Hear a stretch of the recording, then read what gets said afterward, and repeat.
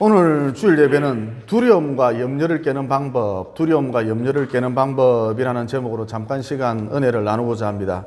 신앙을 무너뜨리는 것 두 가지가 있습니다. 하나는 두려움이고 또 다른 하나는 염려거든요. 그러니까 탄탄한 신앙, 흔들리지 않는 신앙, 견고한 신앙을 유지하기 위해서는 두려움과 염려를 깨버려야 한다는 것이죠.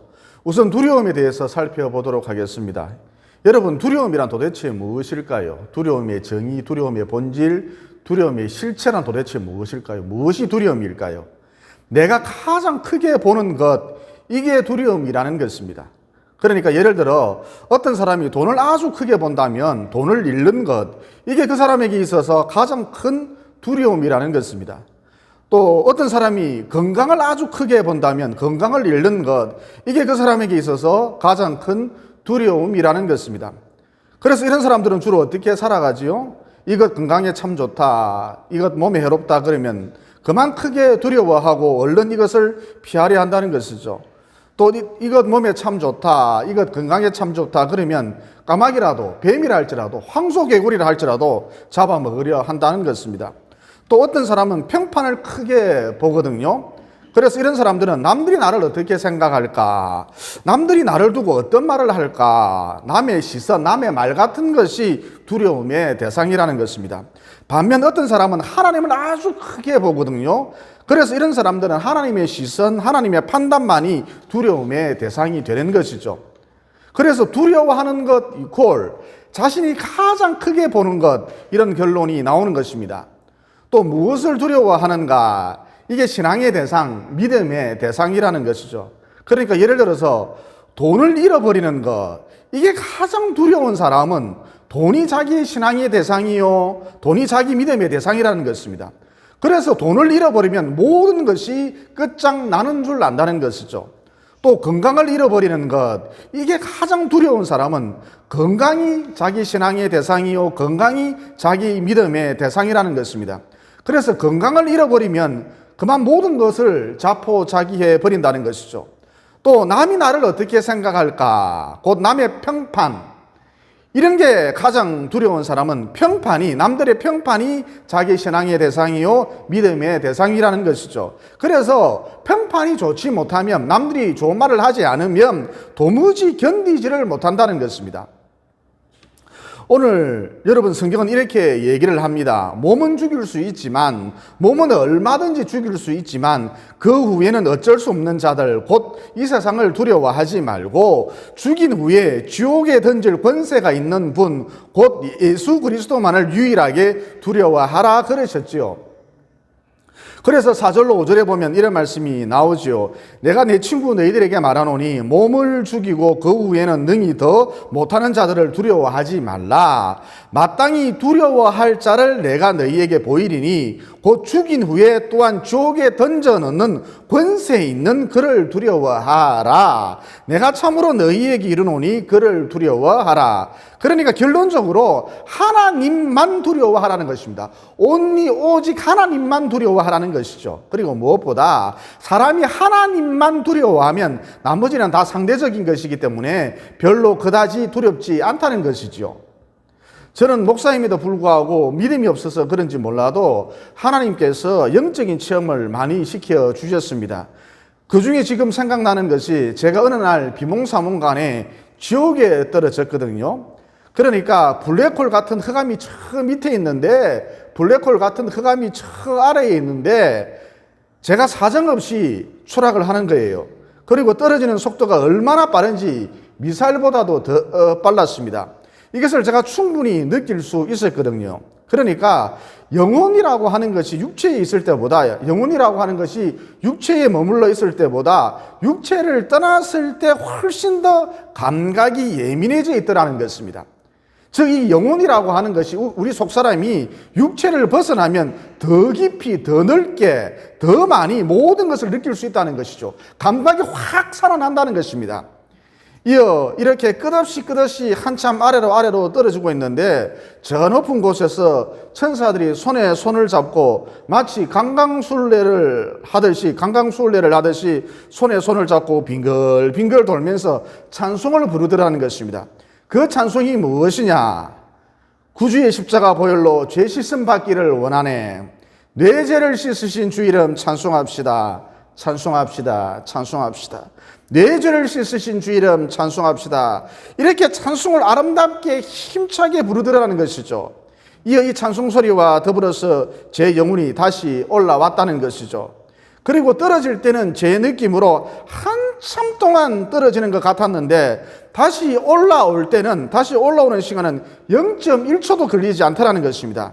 이에 갑자기 눈이 떠지면서 의식세계로 돌아왔거든요. 무의식세계에서 의식세계로 돌아왔거든요. 육체로 돌아왔거든요. 어쨌든 이런 신비체험 후, 입신체험 후 하나님에 대하여, 예수님에 대하여 두려운 마음이 생기더라는 것입니다. 왜냐? 과연 우리 예수님은 죽인 후에 지옥에 던질 권세를 가지신 분이시구나. 이게 확실하게 깨달아졌기 때문인 것이죠.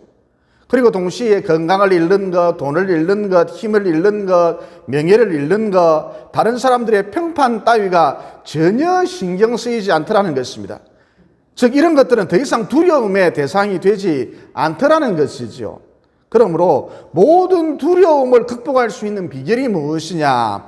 죽인 후에 지옥에 던질 권세를 가지신 하나님만을, 예수님만을 두려워하라. 예수님만을 오직 두려워하라. 온리 그분만을 두려워하라. 그러면 나머지 것들은 전혀 두렵지가 않다는 것입니다. 이어 비슷한 맥락의 이야기인데 본문 앞부분에 보면 예수님께서 말씀하시기를 바리새인들의 누룩을 조심하라 그러셨지요. 여기서 누룩이란 무엇입니까? 외식을 말하는 것이거든요. 여러분, 사람이 왜 외식을 합니까? 왜 다른 사람의 눈을 의식을 합니까? 한마디로 다른 사람들의 눈을 의식하기 때문입니다. 사람들의 평판을 두려워하는 것이죠. 그래서 정리해보면 누가 외식을 하면서 살아가느냐? 하나님을 두려워하면 외식할 필요가 전혀 없겠지요. 즉 사람을 두려워할 때에 어느 누구든지 외식하기 십상이라는 것입니다. 그러므로 하나님만을 두려워하라. 오직 하나님만을 두려워하라. 그래야 외식하지 않는다. 가짜 인생을 살지 않는다는 것입니다. 또 하나님만 두려워하라. 죽인 후에 지옥에 던질 권세가 있는 하나님만을 두려워하라. 그러면 나머지 것들은 모두 상대적인 것이기 때문에 전혀 두렵지 않다라는 이 진리를 명심하시고 오직 온리 하나님만 두려워하시기를 예수님 이름으로 진심으로 축원을 드립니다. 그러면 좀 더 구체적으로 어떻게 하면 하나님만을 두려워하는 삶을 살아갈 수가 있을까요? 자꾸 주님을 시인하라는 것입니다. 여러분들은 누구를 꼭 한번 만나보고 싶습니까? 저는 주기철 목사님을 꼭 한번 만나 뵙고 싶습니다. 만나서 어떻게 불굴의 신앙을 지킬 수가 있었으며 확실한 기준을 가지고 사셨는지 이것을 한번 물어보고 싶습니다.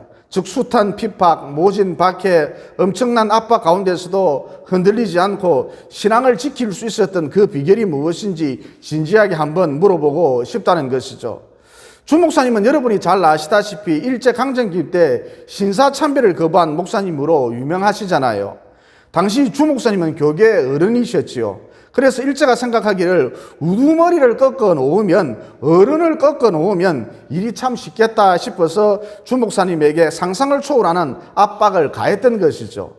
일제는 주 목사님을 감옥에 집어넣었습니다. 지금은 교도소라 그러는데 좋은 의미죠. 교도한다 그러니까 좋은 의미죠. 하지만 옛날에는 징벌적 의미로서 형무소라 그랬거든요. 즉 일제가 주 목사님을 평양 형무소에 가두어 버렸다는 것입니다. 그리고 일제가 주 목사님에게 고문만 가한 것이 아니라 좋은 제안도 했었거든요. 그러니까 일제가 주 목사님에게 채찍과 함께 채찍과 더불어서 사탕도 같이 준 것입니다. 그러면 일제가 주 목사님에게 준 사탕이 무엇인가? 일주일 중 6일 동안은 갇혀 있고 하루는 집에 가서 자고 오라, 하루는 집에 가서 쉬고 오라 그랬다는 것입니다. 세상에 이런 감옥이 어디 있습니까? 그러면 일제가 왜 이런 제안을 했느냐? 마음이 약해지라고. 그러니까 주 목사님이 집에 가면 홀로 고생하는 아내의 모습, 또 배고픔에 지쳐서 울고 있는 아이들의 모습을 볼 것 아니에요. 그러면 마음이 약해질 수밖에 없잖아요. 그래서 일제가 마음이 약해지라고, 주 목사님이 마음이 약해지라고 주 목사 일주일 중 하루는 꼭 집에 가서 쉬라, 집에 가서 자라 그랬다는 것이죠. 그런데 주목사님만큼이나 사모님이 참 대단하셨답니다. 훌륭한 분이셨다는 것이죠. 그러니까 주목사님이 오는 소리가 들릴 것 아닙니까? 문 여는 소리가 들릴 것 아닙니까? 그때 사모님이 당신이요, 주목사님이세요. 주목사님 맞죠?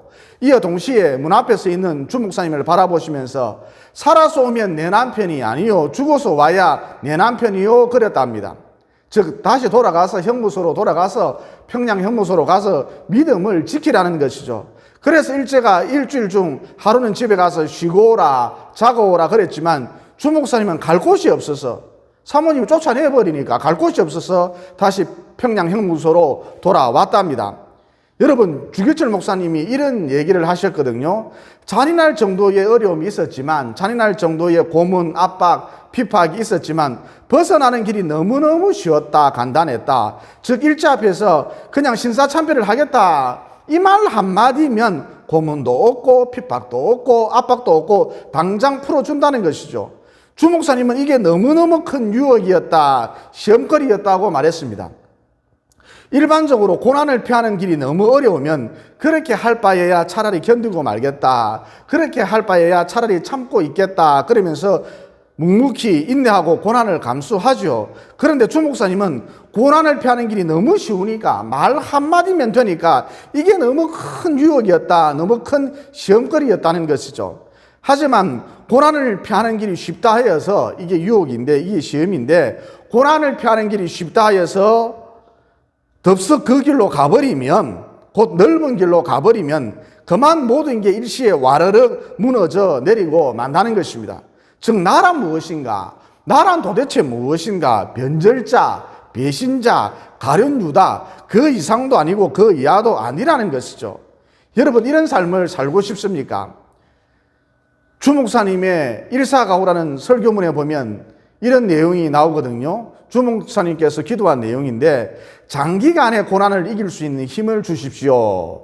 그러니까 주 목사님의 말씀인 즉슨 고난이 아무리 크다 할지라도 단기적인 짧은 고난은 얼마든지 참을 수 있다는 것입니다.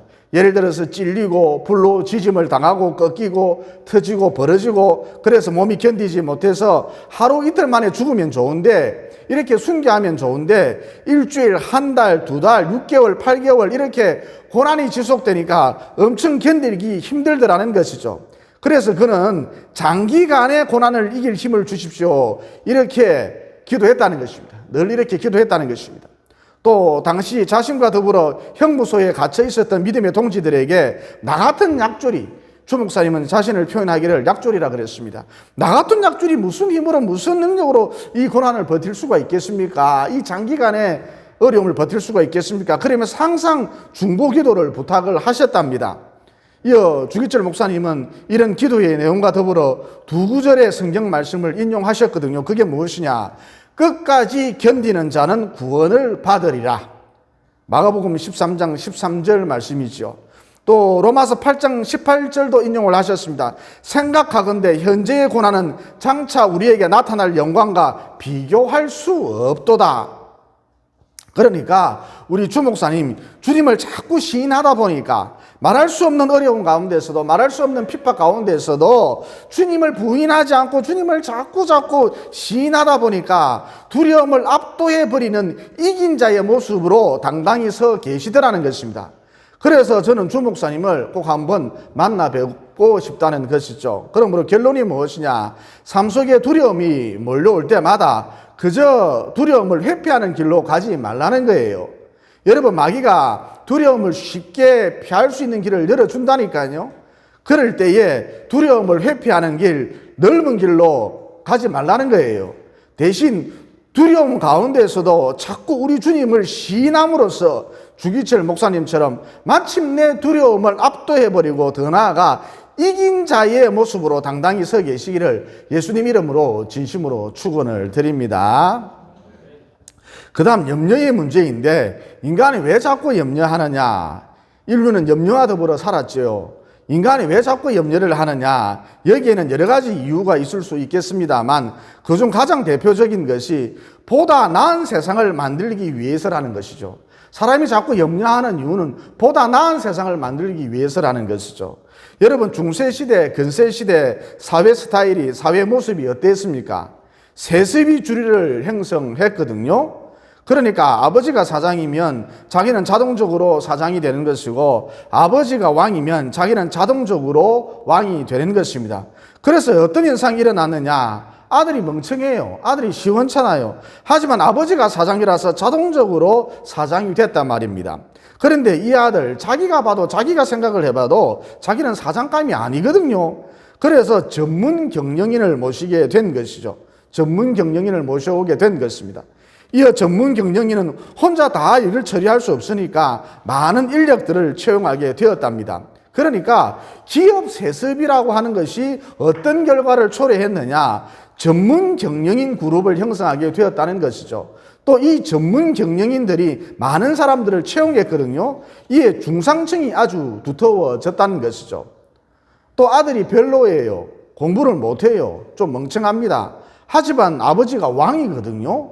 그러다 보니까 자기는 자동적으로 왕자가 되는 것이고, 이에 왕자니까 시간적인 여유도 많고, 왕자니까 돈도 많고, 또 동시에 왕실의 권위도 세워야 하니까, 왕자니까 왕실의 권위도 생각해야 하니까 너도 나도 왕자들이 의미 있는 일을 하려고 했답니다. 그래서 어떤 현상이 나타났느냐? 왕자들이 수많은 자선단체를 만들어서 전 세계를 돌아다니면서 배고픈 사람, 아픈 사람, 가난한 사람, 고아, 과부들을 돌봐주었던 것입니다. 심지어 어떤 왕자들은 전 세계를 돌아다니면서 문화재 발굴 사업을 주관하기도 했었거든요. 여러분, 신라시대에 금관을 누가 발굴했느냐? 서봉총 금관이라고 대표적인 금관이 있는데, 신라시대 때의 그 금관을, 화려한 금관을 누가 발굴을 했느냐? 유럽의 어떤 왕자가 발굴을 했습니다. 우리나라에서 발굴한 게 아니에요. 그러니까 왕위 세습이 어떤 결과를 초래했느냐? 전 세계의 약자들을 보살펴주는 그런 기능을 했다는 것이죠. 또 많은 문화재들을 발굴해 줌으로써 그 나라의 문화를, 특히 후진국들의 문화를 융성하게 만들어 주었다는 것입니다. 그런데 요즘 현대사회를 한번 보십시오. 세습은 악한 것이다, 세습은 나쁜 것이다, 세습은 잘못된 것이다, 이렇게 결론 내리고 실력주의 사회로 갔거든요. 즉 모두 다 평등한 가운데 실력 좋은 사람이 다 차지한다, 이런 시스템으로 간 것이죠. 그러자 어떤 현상이 나타났느냐? 똑똑한 사람만이, 1등만이, 탁월한 사람만이 사장이 되는 것이죠. 그리고 똑똑하고 탁월하니까 자기가 모든 일을 결정해버립니다. 하나에서부터 10까지 다 결정해버립니다.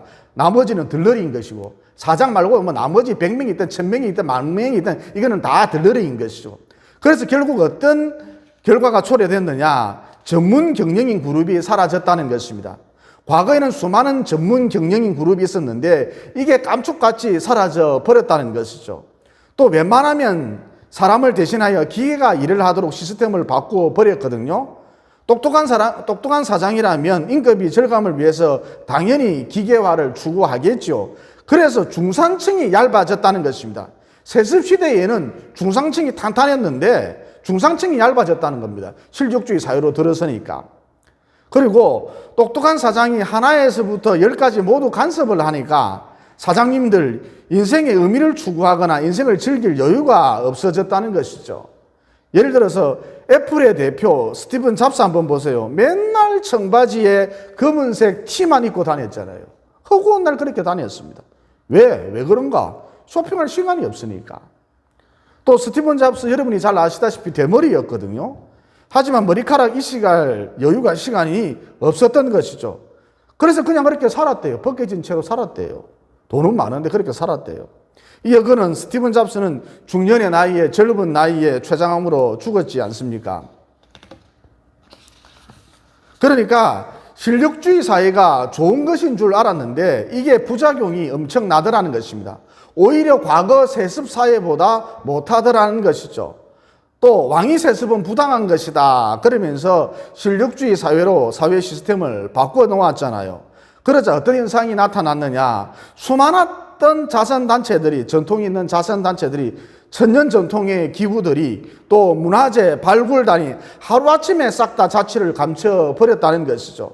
그래서 어떤 결과가 나타났느냐? 세상이 더욱 각박해졌다는 것입니다. 사회적 약자들이 보호를 받지 못하게 되었다는 것이죠. 또 후진국들은 문화재 발굴 사업을 중단해 버렸다는 것입니다. 그러니까 세습 시대보다 훨씬 못하게 된 것이죠. 그러니까 뭐예요? 우리는 세습이 부당하다, 세습이 옳지 않다, 세습이 글러먹었다, 세습이 틀렸다 이렇게 판단하고 깊이 오랜 기간 염려한 나머지 실력주의 사회로 갔는데 이게 오히려 이 세상을 더 불행하게 만들었다는 것입니다. 따라서 결론이 무엇이냐? 백날 생각하고 백날 염려해봐야 답이 없다는 것입니다. 즉 생사화복의 주관자, 역사의 주관자 하나님께 맡기는 것이 최선이라는 것이죠. 그리고 우리가 또 왜 염려를 하느냐? 한마디로 자기 욕심 때문이라는 것이죠. 그러니까 예를 들어서 좀 더 많이 벌어야 해. 내 생각은 이런데 좀 더 많이 벌지를 못하거든요. 그래서 염려한다는 것입니다. 또 아들이 좀 더 공부를 잘했으면 좋겠는데 영 성적이 시원찮거든요. 성적이 시원찮아요. 그래서 또 염려를 한다는 것입니다. 또 이 집이 빨리 팔려서 좀 더 좋은 곳으로, 좀 더 나은 곳으로 이사를 가야 하는데 이게 마음먹은 대로 안 되니까 또 염려를 한다는 것입니다. 즉 염려의 뿌리가 무엇이냐? 거의 대부분 자기 욕심이라는 거예요. 그러면 자기 욕심을 내려놓는 방법이 무엇이냐? 살든지 죽든지 하나님 뜻대로 하시옵소서 그러면서 내 인생 전체를 하나님께 맡겨버리는 것입니다. 즉 내 인생 전체를 하나님께 던져버리라는 것이죠. 그러니까 우리 교회 같은 경우 위에 있는 빌라가 왜 안 팔리는가 그러고 있으면 안 되고 아이고 살든지 죽든지 뭐 전세가 나가든지 달세가 나가든지 하나님 뜻대로 하시옵소서. 그래야 자기 욕심에서 벗어날 수가 있고 이어 그 결과 온갖 염려에서 해방될 수 있다는 것입니다. 그리고 마침내 모든 것이 합력하여서 선을 이루게 되는 승리의 그날을 보게 된다는 것이죠. 그러므로 쓸데없이 염려하지 말고 살든지 죽든지 하나님 뜻대로 하시옵소서 이렇게 인생 전체를 하나님께 맡겨버림으로써 곧 내 인생 전체를 하나님께 던져버림으로써 온갖 염려에서 해방될 뿐만 아니라 마침내 모든 것이 합력하여 선을 이루는 승리의 그날 보게 되시기를 예수님 이름으로 진심으로 축원을 드립니다. 기도드리겠습니다. 사랑의 하나님, 오늘 말씀을 통해 하나님만 두려워하면 다른 것은 다 상대적인 것이기 때문에 전혀 두렵지 않다는 진리를 깨닫게 되었습니다. 그러므로 건강을 잃어버리는 것, 돈, 힘, 명예 이런 것을 잃어버리는 것 두려워하지 말고 또 남의 시선, 남의 말, 평판 따위를 두려워하지 말고 오직 죽인 후에 지옥에 던질 권세가 있는 하나님만을 두려워함으로 모든 두려움을 압도해 버리면서 나아갈 수 있도록 도와주시옵소서. 또 아무리 큰 고난이 따른다 할지라도 주님을 자꾸 시인하면 능히 이 고난을 극복해낼 수 있다는 진리도 깨닫게 되었습니다. 그러므로 고난이 왔을 때에 이를 피하려고만 하지 말고 넓은 길로만 가려고 하지 말고 주님을 자꾸 시인함으로써 고난에 함몰되는 인생이 아니라 고난을 극복해내고 마침내 이긴 자의 모습으로 당당히 설 수 있도록 도와주시옵소서. 또 인간의 온갖 염려가 결코 인간을 행복하게 해주지 못한다는 진리도 깨닫게 되었습니다. 그러므로 살든지 죽든지 하나님 뜻대로 하시옵소서 그러면서 내 인생 전체를 하나님께 맡겨버림으로 내 인생 전체를 하나님께 던져버림으로써 염려에서 벗어날 뿐만 아니라 결국 모든 것이 합력하여 선을 이루는 승리의 그날을 영광의 그날을 볼 수 있도록 도와주시옵소서. 죽인 후에 지옥에 던질 권세를 가지고 계신 예수님 이름으로 기도드리옵나이다. 아멘.